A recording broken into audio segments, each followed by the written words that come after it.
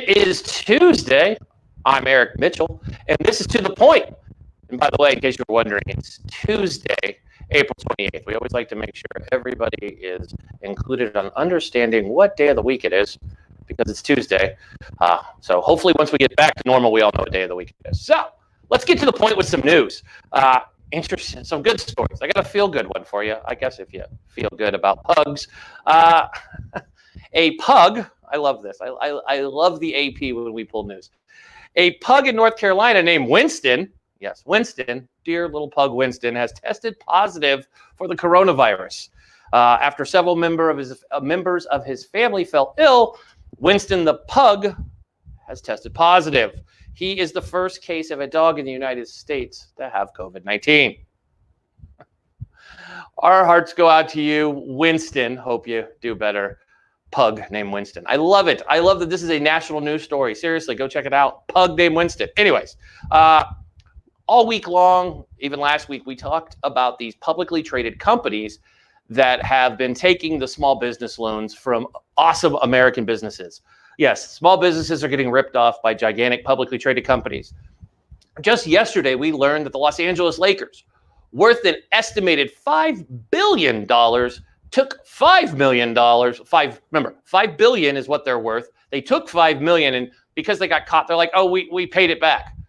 The downfall is, again, folks, that doesn't go back into the kitty for a small business owner. That $5 million is lost, so most likely will go pay, Congress some more money, because doing very little is what they're really good at. But the Treasury Department did say yesterday that they are asking publicly traded companies who receive loans for funds intended to help small businesses to return the money by May 7th or face consequences. The Treasury Secretary Stephen Mnuchin said his exact words were, "Before we forgive these loans, we'll check every single one over $2 million. That's some good stuff. It's finally good to see the government after them. So anybody that took the money that shouldn't have taken the money, one, it won't be forgiven. And two, they may be subject to criminal liability." Oh, I kind of like that. I got a tingle in my tata over that. That is outstanding. It's good to go after these folks. They knew better. These businesses with over $100 million in the bank, some with $1 billion in the bank, going after this money that's meant for small business owners, restaurateurs, retail businesses. Shame on you for doing this, small business. So I was happy to hear that. And we're going to talk about that in the show. It's kind of a theme for the show today. Some of the things across the markets right now are, some states are lifting their stay-at-home bans. We saw yesterday, Governor of Texas, Greg Abbott, said that they are going to go back, open up as of, what's the exact date? Starting on Friday, May 1st. They're going to be at about 25% capacity. Restaurants, malls, movie theaters, so 25% capacity. It's a start, folks. It's not everybody back, but it makes me feel good because I love going out and eat. I need to move to Texas, apparently, because I need to go sit in a restaurant. I miss sitting in a restaurant. In case my wife is watching, it doesn't mean that you cook bad, sweetie. You're an outstanding chef. But I like going to places and having it made for us so we could sit there and enjoy a couple of drinks, give our money to people who work us off. So, America, let's get back to work. What else do I got for you?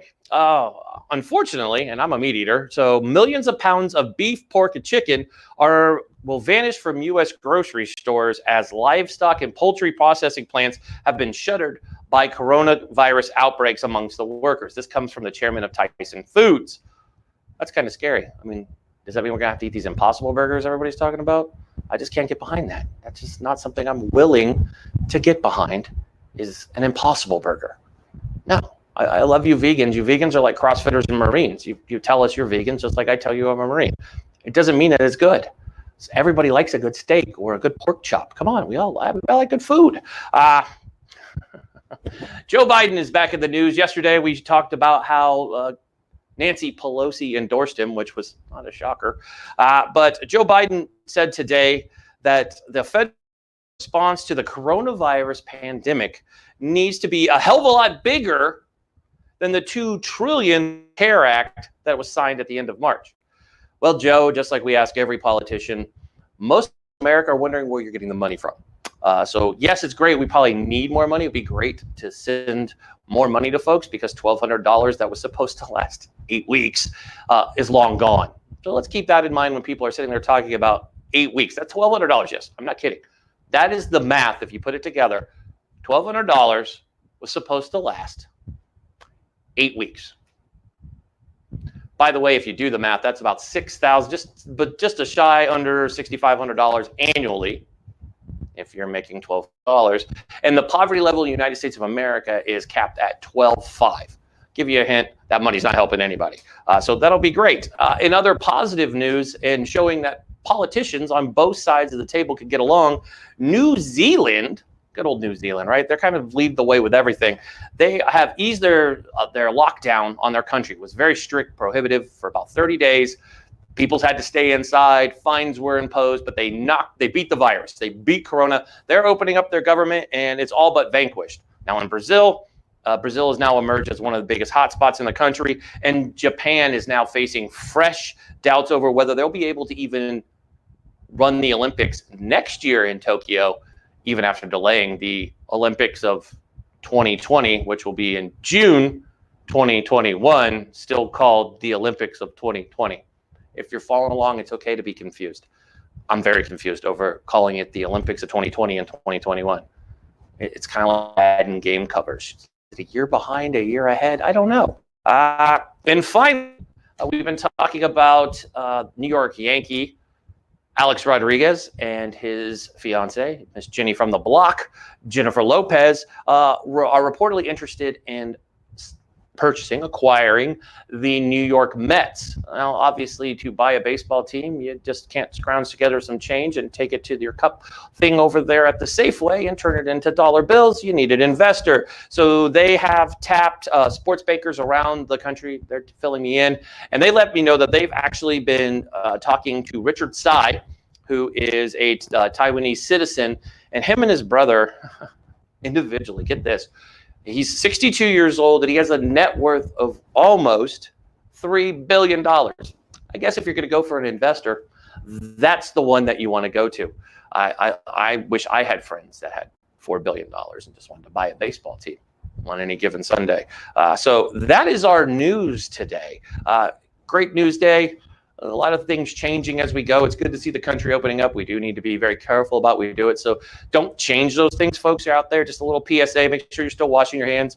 I know it's stuff you should have been doing before, which scares me. We had to remind people to wash their hands. Yeah, you should probably always do that. Cover your mouth when you sneeze. All joking aside, we went out for yogurt yesterday, and it was amazing of all we were allowed to touch before coronavirus. And now when we went to get yogurt, it was you had to disinfect your hands before you went and did everything. And then when you got to the toppings, which is the best part of froyo, you get little cups and you put them in there, and then you hand the cup over and they take the cup and they throw it away. That's where we're living now. It does make for cool little snacks if you like Reese's Pieces. I'm like E.T. I took those things home and we're snacking on those things all day yesterday. Anyways, let's get to the point now with we have some amazing guests today. I think you're going to love the topics that we're going to be talking about. Our first guest that's coming onto the show is Shafe. It's Shafe. We have a Shafe coming on, or a chef.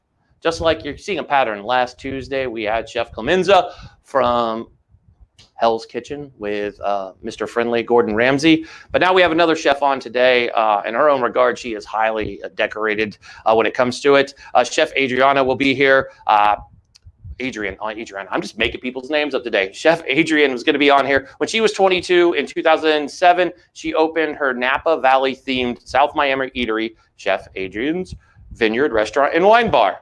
Fancy. Becoming the youngest resident chef restaurant owner in the United States of America. Well, you go, girl. Now with 3 restaurants in the Miami area, we're going to talk to her live from Miami.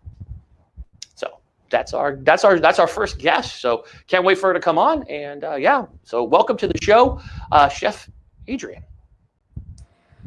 Hi. Hello. How are you doing today? Awesome. How are you? I am just hanging in there, doing my thing. Just another Tuesday, doing the lockdown thing. And you're in beautiful Miami, so I'm already envious that you're in beautiful Miami with the beaches and the nice weather.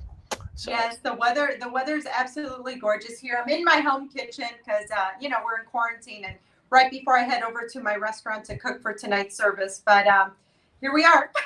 Awesome. So, let's talk. I was leading in talking about, Governor Abbott in Texas. They're opening restaurants throughout the country, but in Texas primarily, getting to 25% capacity. I'm sure the state of Florida is close behind. Your guys' governor has been such the rebel with kind of doing it his way. And I'm sure as a restaurateur, you would love for your restaurant open. So let's talk about restaurants. So when restaurants are one of the hardest hit across the nation, we all know that food service. I remember I was in a restaurant March 16th was the last time I was in a restaurant. I was with my 2 kids and my wife. And we were sitting in it's crazy that I know the date because we drive by our favorite place. We were there for lunch, like we always go. You shift to serving delivery and takeout menus and meals from your 3 restaurants in Miami. So, let me ask you, how quickly did you react to turn, your business into a curbside pickup? Well, very, very quickly. Actually, it was just a few days. We were kind of really just watching the news day by day. And when we realized that this was going to be something that was going to take longer than just a couple of days, we pivoted quickly. And then I think that is one of the most essential things in your business surviving, especially restaurants nowadays. If people just restaurant owners sat there thinking, what do I do? Or they waited too long to do so, that kind of it negates the fact that you might survive this. We actually switched very fast, 3 to 4 days in. We're like, okay, we have to deliver the same experience that we were known for. And we have to figure out how to do this, curbside, takeout. And it really has gone phenomenally. Awesome. So let me ask you this. Sorry, you caught me mid-drink. So all your restaurants are in Miami, which is in Florida, for those of you who aren't geography challenged out there. So we've all seen the state of Florida has been getting hammered pretty hard in the mainstream media. What measures are you taking to follow the mandate that's there you're in Dade County, which is in Miami. So in Dade County, what measures are you taking to protect your staff and, of course, your customers? Okay. Well, whether we be in Miami, in California, in New York, wherever we be, we'd still take these precautions. And these are all our employees are wearing masks, gloves. We have to wash our hands every 20 minutes, regardless, switch out the gloves no matter what. When we actually do the curbside, we're making sure that even the guests, we don't give food out unless the guests themselves are wearing masks. So we are taking every necessary precaution to make sure that we're safe, that our guests are safe. We want to be part of the solution, not of the problem. So we're making sure that every night, everything gets sanitized. When we open, everything gets cleaned and sanitized as well. And of course, everything is disposable and sanitary. You have a heck of a social media following. You have over 500,000 Instagram followers. So how did that work with you? Were you one of these awesome social media influencers that put the power of social out there when Corona hit to get word out to the folks that follow you that you're open for business and doing these things? Well, I can't say that I went to it right away. I mean, this is something that I've always done. Part of, I think the success of my career has been that I've always been truly connected with our customers and our guests and our followers. And it's just something that I've always done since social media was actually cultivated. And I continue to do so. Nothing changed. Corona might have changed the way we operate, but it didn't change my relationship with our customers and our followers. Awesome. So let me ask you a question. And a lot of people are talking about this. I've talked to restaurateurs throughout the country. We were talking to Chef Clemenza about this last week in sales, right? Obviously, people sitting down at your restaurant, booze and all the other wonderful things that add up that, help drive sales in a restaurant. What percentage of your sales are you experiencing now compared to before the mandate? Well, I think right now we're operating between a 50 to a 60% of sales, which is excellent compared to when we have our doors open for, dine-in customers. I don't know if it's the same way across the country, but in Florida, we're allowed to sell our alcohol. So we're allowed to sell our signature sangrias, bottled beers, bottles of wine. So that helps when people are actually looking for the Chef Adrianne experience. They are buying a couple or 10 sangrias when they're buying their meals. So I really have to be grateful to everyone for all the support. So let's get into some fun stuff, because we've talked about Corona, but I'm sure people want to know. I know that my 15-year-old's actually watching, because she is trying to become this culinary expert. Spent a lot of time doing it, so she's a big fan of cooking in general, and you professional chefs are amazing. So when did you get your passion for cooking? When did it start? Well, I actually wanted to be a journalist like you, and I was put into a cooking class by mistake. I was a junior, and actually I was a sophomore in high school. And while I was waiting to get into my journalism class, Johnson & Wales University pops in, does a cooking demo, and I call that the lightning strike, because after that day, all I wanted to do was cook, and then cook some more. I love it. So let me ask you this question, and this actually, my daughter asked this question, so I put it in my notes. Why are there so few female chefs? Because it's a man's world. No, actually, more and more, there are more women chefs out there, but it is a very highly demanding career where you're, when you are supposed to be at home cooking or taking kids to school or picking up kids from school, you're always working. When it's family time, you're working. So you have to be, and it's not to say that you can't have a family. You have to have a family. You're going to have a modern family that's willing to work with you, to, have dinner with you earlier in the day before you go to work. And you have to make sure that you position yourself properly to make sure you don't miss the school dances or the soccer games. But it's good. I know that there's a lot of young ladies out there that are looking up to folks like you, Kat Cora, and the other chefs that are out there, and leading by example. Same with journalism, right? We are very thankful for so many amazing journalists that are out there, like Samantha Guthrie and Hoda Kova. I love Hoda. I love saying her name just because it's one of those. It's like the hardest name in the world to do. So let me ask you some questions. This is a good one. I love this one. For aspiring chefs, right? Everybody out there, we all probably have tried to become culinary experts over the last few weeks. You have any basic rules for success in the kitchen? Besides washing your hands, you should automatically do that.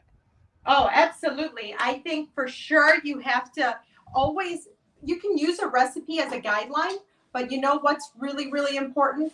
To cook with your heart, to cook with passion, to cook with imagination, to not be afraid of looking in your pantry and seeing what's in there, and really just, cook with inspiration.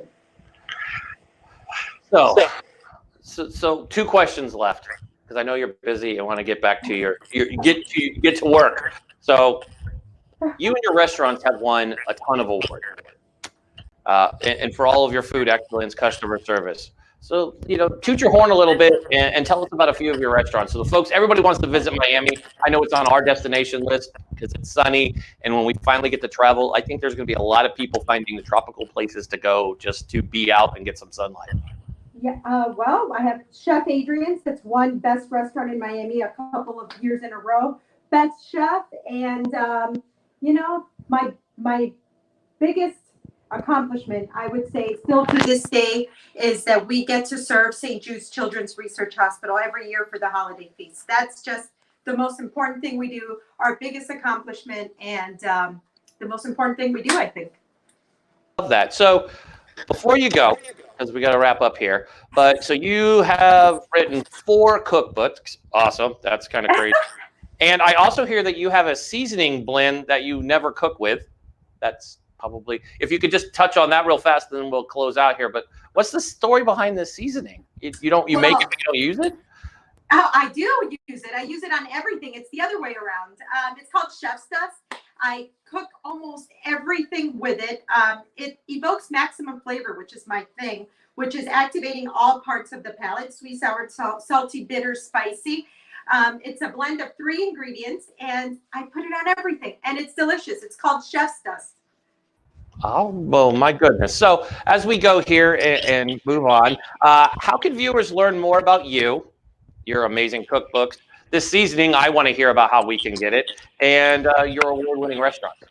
Follow me on Instagram, at Chef Adrianne, or just Google Chef Adrianne Calvo. I'll pop up.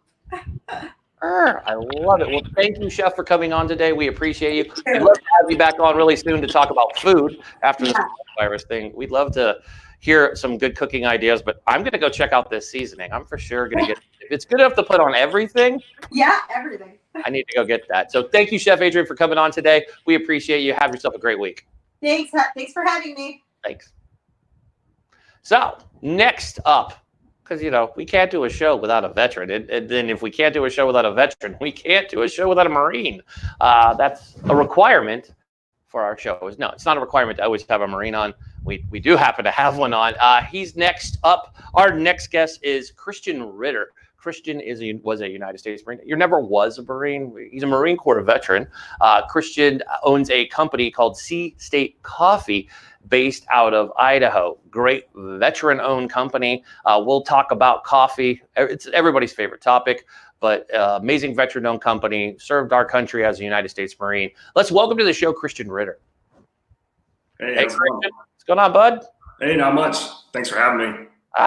Well, anytime. We let Marines to the front of the line. That's how we do it around here. So you served in the Corps. Kind of tell the folks what you did in the Marine Corps. Everybody sees Marine, so they probably think you were like, recon Bubba charging the beach, which I think you were. So tell everybody, what you did in the Corps. So I started out in 2001, and I got the illustrious MOS of 1171, which was water purification. So everyone asks, like Pauly Shore in the Army now. And it just wasn't enough. So I did my 4 years and got out. And of course, everybody becomes an even more motivated Marine once they're out. So I decided to go back into the reserves. And I moved into the infantry and became a 0351 assaultman.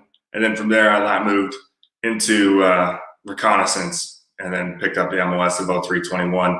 And so I did that with 4th Force Reconnaissance out of Hawaii for about 5 years, and then I got out and started contracting and started a company at the same time. So it's been an interesting ride. So you haven't been doing anything. You're just sitting around. Okay, cool. That's I'm pretty lazy. Sounds like you just play Call of Duty a lot. And oh yeah. Everyone's an operator there. Everybody. I was just wondering. I was shocked to you recon guys. I was surprised not to see your guys' role model, Fruity Rudy, behind you on a poster. So I saw that he was on the game, which is pretty interesting. Isn't that awesome? I saw it, and I think I bought it because I noticed Rudy was in it. I was like, oh my God. I told Matt Kuchera, who is the host of Vet Pivot, he's on every Wednesday with us. I sent him a screenshot. I was like, it's Rudy. And it's like a whole bunch of guys that I know that I've hung out with that are on there. They're all vets. I think it's great that they do that and honor those guys. I'm still getting to the bottom financially. If they gave money, hopefully they were giving money to veteran organizations for that. That would be awesome because that game is killing it. Warzone, I believe, has over 60 million subscribers right now. Coronavirus couldn't have happened at a better time, right? I mean, really good for the Call of Duty franchise. Oh, yeah. So now you own a coffee company. Let's talk about coffee, which is near and dear to most of America. And if you don't like coffee, there's just something wrong with you. But yeah, I don't know what to say about coffee. So let's just be frank. Everybody knows that there's a really big veteran-owned coffee company out there. But it's good to see your coffee company out here, and you don't go with one of these motivator, names of your company, right? Like so many coffee companies that come out with vets. I'm like, stop copying the guys who are well known. I mean, Matt Best, Evan Hafner, and JT have made an amazing product, an amazing brand. We all know that. But let's talk about Sea State. Like, talk about your coffee, what makes you unique, those kind of good stuff. And how'd you get into coffee? Well, the whole process and story is pretty interesting. So the name actually is a nautical term. It has to do with the actual state of the ocean with the wave height. And so I originally came up with Sea State after a horrendous Zodiac ride out in Hawaii where we should not have been out on the water. And so that's where I came up with the name. Then from there, I've just been, everyone drinks coffee more or less. And I started drinking coffee and then just kind of getting more and more into it. And then it turned into, I couldn't find anything that I really liked. So I took that, Marine mentality and just do it better. And started my own company and started playing with different roast profiles and different beans and pushing it out. So what we pride ourselves on at Sea State Coffee is our our coffee isn't sitting on the shelf. Like there's no bag coffee until someone orders it. So for example, today, I got orders in this morning. After this, I'm going to go down to the warehouse, fire up the roaster, roast up everybody's coffee, put it in a bag, drop it off at the post office. So within 2 to 3 days, depending on how fast USPS moves, the customer is receiving probably the freshest coffee they've ever gotten in their life. Ooh, that's awesome. So let me ask you, where you were with a Zodiac, would that have been Kaneohe Bay that you were skipping around? Yeah, K-Bay out there by Pyramid Rock. I'm sure we were heading around the rifle range, headed over to the other side there. I forget the name of the beach, but we should not have been out there. Oh, it's rough. I was stationed at K-Bay with 2-3 and 3-3, and I can tell you, I remember doing Zodiac drills there in Kaneohe Bay. And folks at home, if you haven't been to K-Bay, if you remember Gilligan's Island, there's the island in the middle. They actually filmed that island by using footage from Kaneohe Bay, true story, which is weird that I know that. But those waves out there heading over to Bellows, we were in tracks, we've done everything. And that is the second largest breeding ground for hammerhead sharks, is Kaneohe Bay too.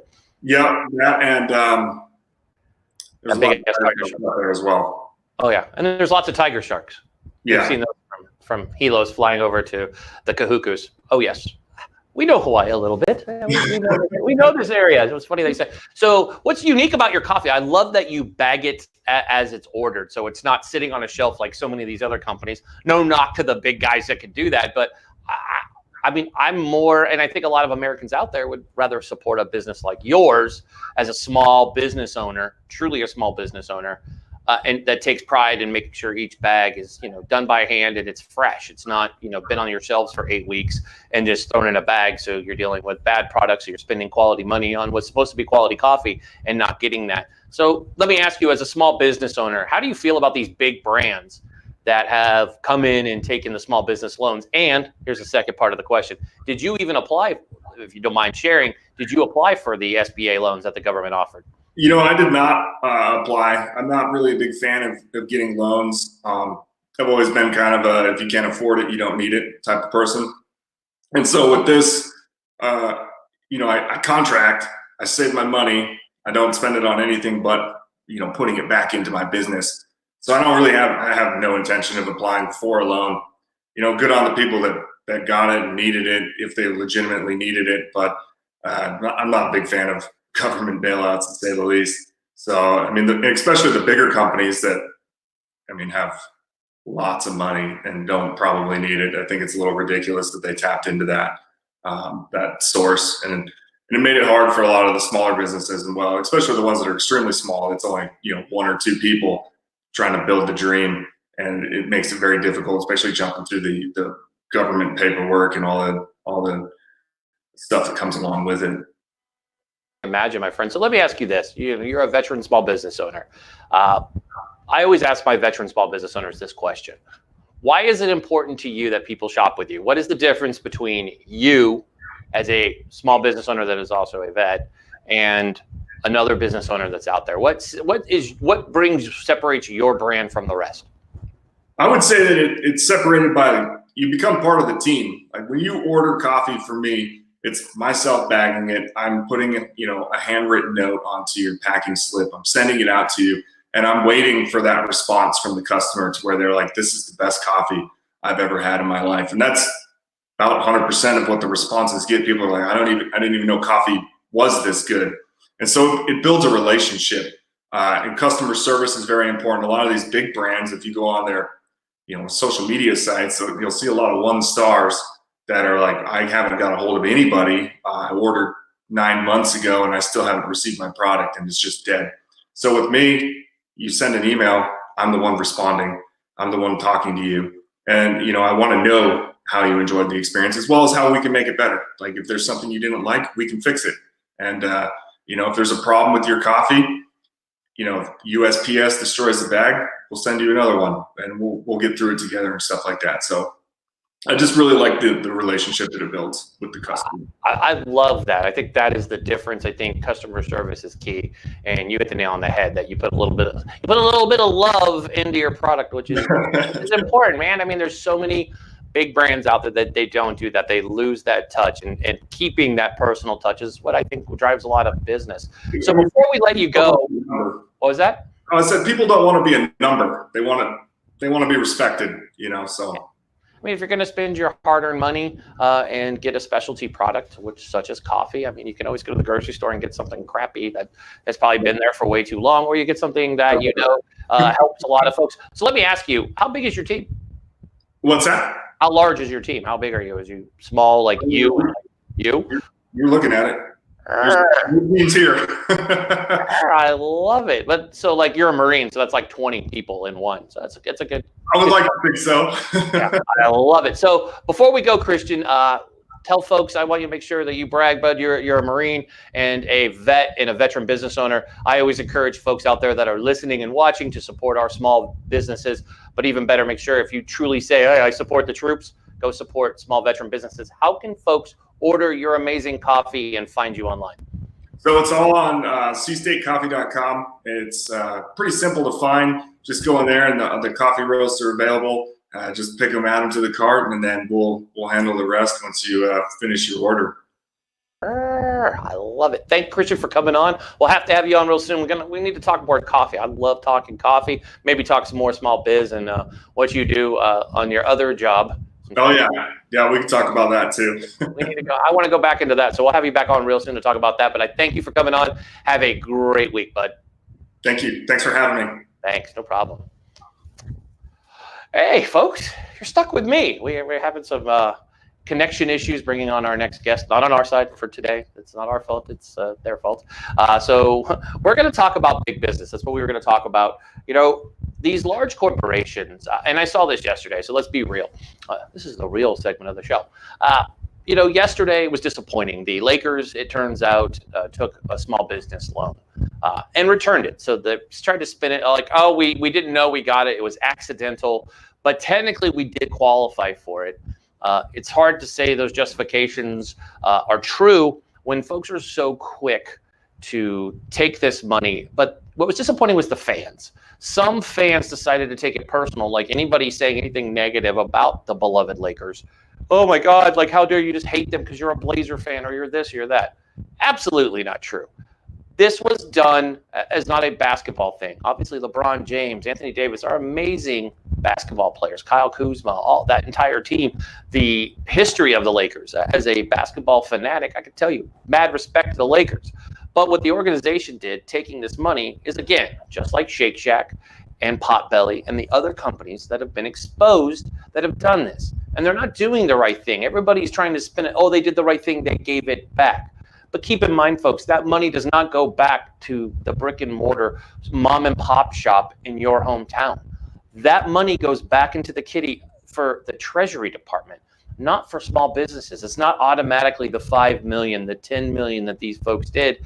It's not going back. And it's absolutely wrong that these companies are being given such a rope, and then there's being spun as something, oh, they gave it back. It's not that way. It's not a clap and you did something terrific. So keep that in mind when you're trying to think about who you want to support when we come out. Do you really want to go sit down at Ruth Chris Steakhouse knowing that they had over $100 million in the bank, yet still took a loan for over $20 million? I mean, the only reason they returned it is because they got caught. It's the same thing with the Lakers and everybody else. So it doesn't make sense. It's very frustrating. I understand there's a lot of people out there, but if you look into America today and you look around, we're finding the same problems. I mean, even in some West Coast states, and I'm going to call her out, Governor Kate Brown, you in the state of Oregon have dropped the ball. There are still thousands of people without unemployment, and they filed weeks ago, still don't have that money. And the stimulus checks, there's still millions of stimulus checks that haven't been sent out to the right people because maybe people change banks. Hey, it happens. They moved, so these checks are floating around. It's frustrating that we are this great country that has we have amazing amounts of freedom, yet we can't take care of our people at all times. We struggle with this, and big business tries at any cost to beat out the little guy. It's always gone on, and it's frustrating. It's why we created this show. To be brutally honest, this show is to speak the mind of the average citizen. I'm no one special. our guests are amazing Americans that build amazing businesses. They're not gigantic businesses. They're the who's who of what they're doing. So when it comes to our athletes that we have on and the folks that we put on this show, I want to tell the stories from a side that you've never heard, or maybe you don't get to hear, because who do you want to hear from? Kristian Ritter or Mark Cuban? I'd much listen to Kristian Ritter because he's running a small business. It's him. He's going to put food on the table. Those are the folks that you want to listen to. So again, it's very disappointing to see big business take this money and basically get told, hey, if you don't pay this by May 7th, there's going to be strict consequences. It reminds me of my mother when she used to tell me she was going to ground me. Not much of a threat because my mom's a sweet little thing, and she was, I think I was grounded like maybe 7 days in my entire teenage life. Thanks, Mom. But, you know, it's... I always gotta love your mom, right? But it's one of those things that I just don't get, and seeing it constantly put on the news. So what are the consequences? I do like the audit, that they are gonna go find people who took over $2 million and audit them and see what they're doing. It's just absurd to see the stories of businesses shuttering and hoping that they come back to life. I mean, support your local businesses is what I'm saying. I don't know how else to put it into words. That is the most important thing we can do. But you know, let's not sit here and just bash on negative things. It is good to see that there was a question that came up today in the press conference, and it's an interesting one. And even if you don't live in New York, it's a curious question. As you know, if you've ever visited the city of New York, the great city of New York and in Manhattan, their public transportation is second to none. The subway is amazing. Yes, it's a little different, but it gets you from point A to point B at a rapid pace compared to sitting in an Uber or trying to drive somewhere, because it's pure gridlock in New York. That little island with millions of people on it doesn't move so fast. But they've kept the subways open during the coronavirus. Today, they're trying to still slow the spread. So they asked Mayor de Blasio if he plans on shutting it down. Now, there is a poll out. Our friends at Liquid Lunch did a poll, and over 66% of people say, yes, they should shut down the subway. What do you guys think? Should public transportation be the first place that we close down? I mean, what do you guys think? Put it in the comments. I'd love to hear while we're waiting for the Colonel to join us. I'd love to hear what your thoughts are on this. It's one of those things that you always have to wonder about. Should we be closing public transportation down? I know in some states they're using public transportation to deliver meals to the less fortunate and to those elderly that actually fit this. So let me ask you, and you guys could, let's be real. I saw there was a question earlier in the show that people were asking the following question: why not open the economy? And I absolutely agree with you. As we've seen in many states, we saw it in California just this weekend, beaches crowded, people not doing social distancing. And have we reached the point where that we're done? A lot of states aren't showing an uptick in anything in infections, and I guess the true breeding ground was who's going to be first. And of course, lead it to the Republic of Texas to lead the way for us that they're going to do this opening starting in 3 days. Today's Tuesday. I'm moving the week ahead. So Friday, Governor Abbott announced that they're going to be opening. It's going to be interesting to see if they see an uptick. And why did we wait? In high density places such as New York, absolutely, shut everything down. But in states like Arkansas and other places that haven't seen an uptick. I live in the state of Oregon, and we haven't seen an uptick at all. Our hospitals are empty. They're in fact laying off nurses around the country. So folks, let me know your feelings on why did we shut this down? Did we overhype this? Is this a guilt of mainstream media? Is it a hatred of a person in office? Is it an incompetency in office? I don't know. What is the correct answer? My biggest concern is our economy and Americans getting back to work. Yes, I own my own company, but I do have children who do work for people. My daughter was a victim of this working in the retail business, and she hasn't been taken care of. So I'm just asking people out there, as we go forward and charge the hill when it comes to, opening our country, we have to be very careful. Now, our next guest fits that description. He'll be able to answer a lot of these questions. I'm over here as the Marine going, do I address him as Dr., Colonel, or Michael? There's so many, or sir, because the Marine in me is like, I don't know how I'm supposed to do it. It's weird. Hey, but my grandfather was a full bird also way back in the day, so it's kind of cool to talk to a colonel. So it's a good sign. We're going to take it. But So we're going to talk to these. So let me give an intro, a little, because our next guest, he has a heck of a background. So I just want to make sure you guys know about our next guest before we bring him on. I see him in the green room. So let's give a little background on our guest that's going to be joining us today. Colonel Lewis, he's also a doctor. He has more titles than anybody I know. So it's cool. They all mean things. We should probably ask him when he gets on what they all mean. I know the MD. I know what colonel means, and I know what doctor means. Got those down. So Dr. Lewis graduated from West Point and Tulane University of Medicine in New Orleans. He completed his postgraduate training at Walter Reed Army Medical Center. Those folks there at Walter Reed are amazing. They take care of our wounded. I love those folks there. They take great care of our wounded and our vets. Walter Reed doing a great job. Johns Hopkins University, Walter Reed Army Institute of Research, where he developed the ESSENCE program, the nation's first and largest syndrome-based disease outbreak recognition system. Whoever wrote this for me knows that I'm a United States Marine. You use all these big words. This is difficult for me. So subsequently is used by every health department. Oh, see, we got some good stuff here. Used by every health department across the United States and many countries around the world. Subsequently, Dr. Lewis was assigned to AFRIMS, AFRIMS, AFRIMS, I'm going to give the acronym, which research laboratory in Bangkok, Thailand, where he established the DoD's Global Emerging Infection Surveillance Program. Say that 5 times fast. Where he then developed and coordinated programs across Asia, led investigations into disease outbreaks. This is where it gets good, and this is why we're having him on. He was at ground zero for SARS and bird flu. Dr. Lewis is a board certified and fellow of the American College of Preventive Medicine and American College of Nutrition. He has authored a book, When Brains Collide, What Every Athlete and Parent Should Know About Prevention and Treatment of Concussions and Head Injuries. This is one hell of a guest. I'm so excited to have Dr. Lewis on today. So welcome to the show, Colonel Lewis. Hey, it's great to be with you. So how do you want me to address you? The Marine in me wants to call you sir.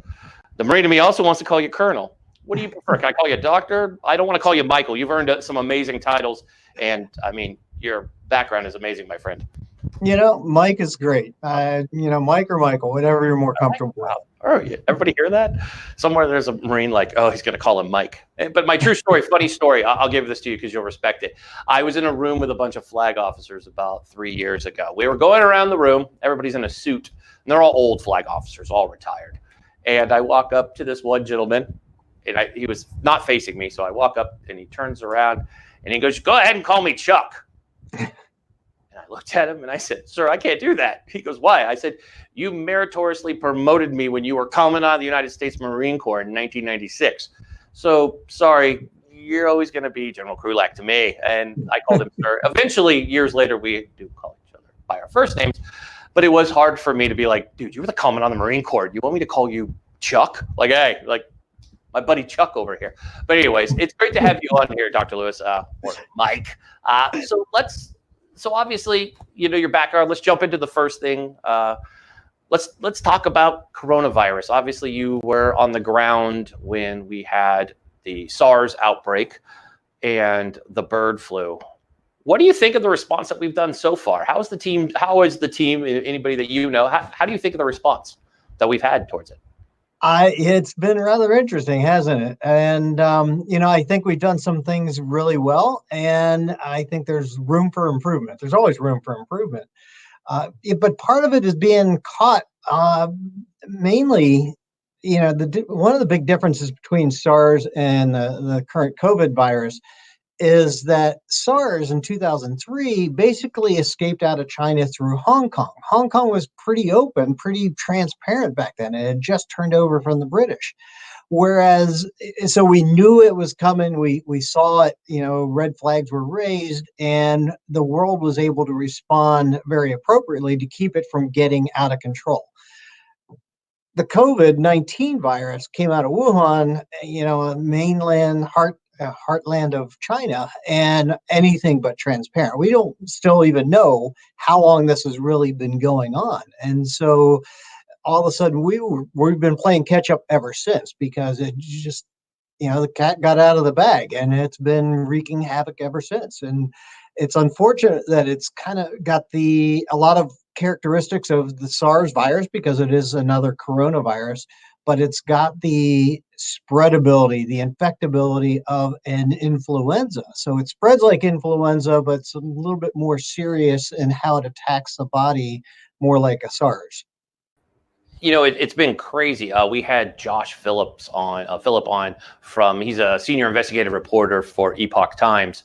And they did a great documentary that talked about, it wasn't pointing fingers at anybody, but they did some background investigation to kind of take away the wet market story that we've been sold, and say that, conveniently also in Wuhan, there's 2 level 5 laboratories.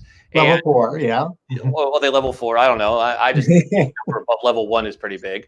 I watch Outbreak. That's my knowledge of there you go. Virus. Contagion as well.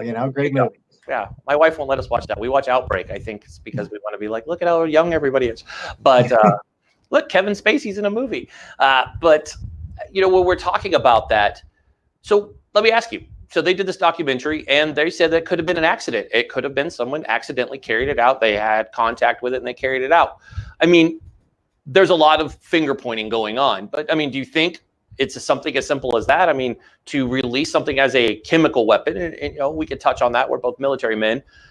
But to me, it just seems like, wow, that'd be weird. Isn't China trying to become our trading partner? I mean, they need money, and we need money, and we need to work together, and they obviously do really well. I mean, do you think this could have been accidental? I think it was accidental. I don't think it was. I don't think it was nefarious. I don't think that it was planned. I don't think it's a bio warfare anything. I think it was an accidental situation where it escaped out of the lab, probably through one of the workers there, and got into the community. One of the problems, of course, with the virus is that you can be asymptomatic and transmitting to other people for even a week. And so somebody could have walked out of the lab not knowing they were infected and accidentally infected other people. And that's how the spread started. I mean, at this point, it's all conjecture. We don't know. We may never know. And how do you think Dr. Fauci and Dr. Drix are doing? I'm a big fan of Dr. Fauci. I know he gets, it's got to be hard being a doctor and going up and standing in front of people and giving an opinion that is as much data as you can get. And it's probably hard when the data is coming from the Communist Party in China, to who we've already seen. They're not very honest as it is with, 3,500 people died. Okay, well, wait a minute. Last week they said, oh, we were wrong about that number. I mean, that's a big whoopsie. I mean, it's like, oh, it wasn't 3,500. It's this number. So, I mean, how would you rate their job? And then we're going to jump into some other questions. But now that I have you here, I just want to ask, because your background is somebody that I want to listen to and go, oh, finally, not somebody who went to Google University and plugged this in. You actually have done the research and understand a little bit about viruses. Well, Dr. Fauci's been around a really long time, the head of NIAID. And Deborah Birx has worked, with him and for him. She ran the what's called the PEPFAR program, which basically was a global engagement of the U.S. in HIV. So they're incredibly experienced. Absolutely. Interestingly enough, one of the things that keeps coming out but never quite gets talked about is the NIH funded a lot of that Wuhan virus lab, and not just the NIH, but the NIAID. So interestingly enough, we've got the guy that was responsible for funding this is now responsible for cleaning up the mess as well, or at least the face up front. Learn something new every day. That's an interesting fact that we haven't. It doesn't mean he's not doing a great job. I mean, he's incredibly knowledgeable. There's probably nobody more knowledgeable on the planet, really. So, absolutely. I'm amazed by the things that they've had to deal with. It's just not a normal day. It seems like never a normal day. Never a normal day. So let's talk about this. A lot of people have said that worrying about the virus will cause more health problems than the virus itself. A lot of people who are feeling stressed out by this virus. Can you give us basically like a rundown? Give us a rundown. I feel like I'm watching The Office. Give us a rundown on what folks can do to effectively manage their anxiety. Well, why is it a problem? Why is it an issue in the first place? So when you're stressed about something, it gets back to that fight or flight uh, system that our bodies have had ever since caveman days, right? You run into a tiger, you're either going to have to stand and fight or you're going to have to run, and the hormones and your whole body, that whole adrenaline revs up to be able to do that. Now, we're obviously not facing a tiger per se here. We're facing a virus, and all the media and everything that's going in that keeps basically throwing stress in our faces. And the more we react to it, the more our body floods itself with these fight or flight hormones that cause inflammation and cause damage, and really, actually, believe it or not, hurts our immune system. So you get the idea that this negative cycle, right? We're stressing out about this virus, which hurts our immune system's ability to actually be able to handle the virus that we're stressed out about. So we got to figure out, how do we break that cycle? We can't control everything going on around us. We can only control how we react to it. And that's where stress and stress management comes into play. Number one is stop this 24-hour news cycle. When we were kids, you got a newspaper in the morning and you got maybe the evening news in the night. That was plenty. There's not enough news to fill 24 hours. So don't sit there and feed into the whole social media and constant news. So limit yourself, stay informed, but put it down. You talk about screen time for kids. We need to start limiting screen time for adults so they don't keep stressing out about this. That is funny that you bring that up when we're talking about screen time and the media stressing out people. I know when this first started, unfortunately, I do work in the media, and when the news was first coming, it was funny watching people treat it like the sky was falling. So I was thankful for my military training to remain calm, adapt and overcome, and hurry up and stand by. But I know a lot of veterans, a lot of folks suffer from PTSD, especially coming out. And, the VA doesn't have the greatest reputation for treating that well. So I think we're going to have a national PTSD coming out of this. And we've got to look at, is the economic damage that we're doing, and what is that going to be like down the line? What is the world going to look like in 6, 12, 36 months? I mean, we know that every bit of unemployment increase results in X number of extra deaths. So you imagine, look at how much heart disease, how much mental health problems, how many physical health problems are we going to be facing, and how many excessive deaths, not just from suicide, but just the increase of all these chronic diseases. How much of that are we going to be facing over the next couple of years as a result of the economic situation? That, of course, comes from the virus. It's true. You bring that up. New York Post today shared an article that a head surgeon at a hospital in New York committed suicide. She couldn't take what she had to see. Those frontline folks. I know a few of your fellow West Pointers have been working at a couple field hospitals in New York and have been sharing, some stories of how bad it is.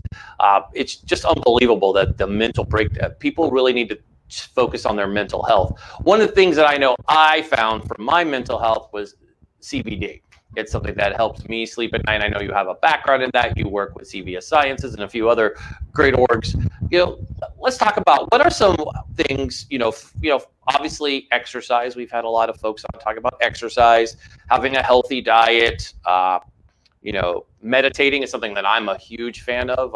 I'm a Peloton guy, so Peloton has one of the best apps out there. I could get my meditation on. We do it before we go to sleep at night. It's really cool. Fall asleep to somebody just like basically whispering in your ear, which is cool. If you're into that stuff, I am. So where do you see CBD playing a role here and folks understanding what it is? Because people get it confused, as we know. They're like, oh my God, CBD, it's weed. It's like there's a big difference between THC and CBD. Even the letters give that away. So, what do you think about using CBD as something to kind of help with your anxiety levels and stress? Well, in the last number of years, I've been dealing a lot with a lot of veterans, a lot of people that are struggling after concussions. And pretty much 100% of them struggle with issues with anxiety. as a result of the head injury. Well, so, this is a little bit of a different type of brain injury. The flooding of these stress hormones, it does cause injury to our bodies. And so we're seeing, obviously, not just external stress, but internal stress as well. And so what CBD does is it helps keep, in really short terms, it helps keep our happy molecules around a little bit longer by inhibiting one of the enzymes that breaks those down. So that those happy molecules in our brain, keeping them around is going to help us deal with the stress better. But CBD, and when I talk CBD, I'm talking about hemp derived, federally 100% legal from the federal government. Hemp is completely legal from the federal government standpoint, and CBD derived from that hemp not just helps us deal with stress, but helps support our immune system. Just, we're hearing things about like zinc and magnesium, vitamin D, vitamin C. These things, they're not going to cure COVID. They're not going to prevent it. They're there to be able to help support and strengthen our immune system so that our bodies can deal with it better. And CBD is absolutely one of the best things, not just supporting the immune system, but supporting our mental health. That is awesome. Oh, perfect. I'm just taking notes while you were saying that. That was solid. I think folks need to know that and know the differences. I know that we've had folks on TV. I've seen them on Liquid Lunch and other places. Especially on some of the bigger networks, talking about the difference between CBD and THC and the positive health effects that it has on it. And more people are finding themselves using these products. I know for myself, pharmaceutical-based stuff I'm not a fan of. I've seen the bad sides of those, and I know, especially in the veteran community, and we don't need to get in on it, but the pharmaceutical side doesn't ever have a good effect on a lot of our vets when we're treating depression, anxiety, especially PTSD. So, well, and the side effects are of a concern. And with hemp and CBD, there's really, Nate, we've been using every major culture in the history of mankind has used cannabis as medicine for thousands of years, and so there's a bit of safety data whether we want to acknowledge that or not. Awesome. So before we let you go, because we're coming to the end of the show here, how can listeners get more information about Plus CBD oil, CVS Science, or anything else that we've been discussing today? If they can reach out and contact you, what's the best way to find out more information? Well, two things. One is, CV Sciences, and that's C as in Charlie, V as in Victor. CV Sciences has really started to get into the YouTube arena. And so if you look up CV Sciences TV on YouTube, lots of great information we're putting up there all the time. We've really been trying to be, on top of putting up new information almost daily. And when I retired from the military, I really had gotten involved in more of the brain health side of things, as opposed to infectious disease, and the idea of helping people recover from concussions. And the nonprofit that I started, the website is brainhealtheducation.org. That's brainhealtheducation.org. Outstanding. That's good. So go check out those things. Again, folks, if you're watching this on the replay, check down into the comments or on YouTube, check down into the description of the show. We'll have all those links so you can connect with Dr. Michael Lewis. So, Mike, thank you so much for joining the show. I'd love to have you back on. I do want to talk about concussions and sports. We have a lot of athletes on here. We have NFLer coming on next week who was affected by this. So I'd love to have you on and kind of pick your brain about that. We love talking sports on To The Point. So thank you so much for joining us today. Everybody, Dr. Michael Lewis, thank you very much. Have yourself a great day. Thank you. That's the show, folks. Thank you so much for tuning in on behalf of myself and producer Chris in the booth. Hopefully you enjoyed today's show without lag. We're happy for it. So hopefully you enjoyed the show. If you need to follow us, hit us up on socials. You can find us at To The Point TV on Instagram and Twitter. Just look up To The Point with Eric Mitchell on Facebook. Same thing for YouTube, To The Point with Eric Mitchell. Find all of our segments there on YouTube. You can find our guest segments and full episodes. Go back, check out what you're missing. Hit the notification button so you never miss a show, and subscribe today. So tomorrow, have an amazing show, very sports-oriented, and we're talking some retail, so you don't want to miss tomorrow's show. We're going to throw in some WWE. We're going to talk about the NFL draft. What's the status of our seasons coming up? We do have a lot to talk about, so it'll be a big sports-oriented show for tomorrow. And on Thursday, our Veteran Edition, great show for you, but I'll tip you. We have Mike the Cop joining us, so you don't want to miss it if you're looking for a good laugh as you head into the weekend. Join us on Thursday with Mike the Cop will be joining us. So I'm Eric Mitchell. You've been watching To The Point. Be safe, be strong, be smart, and God bless America.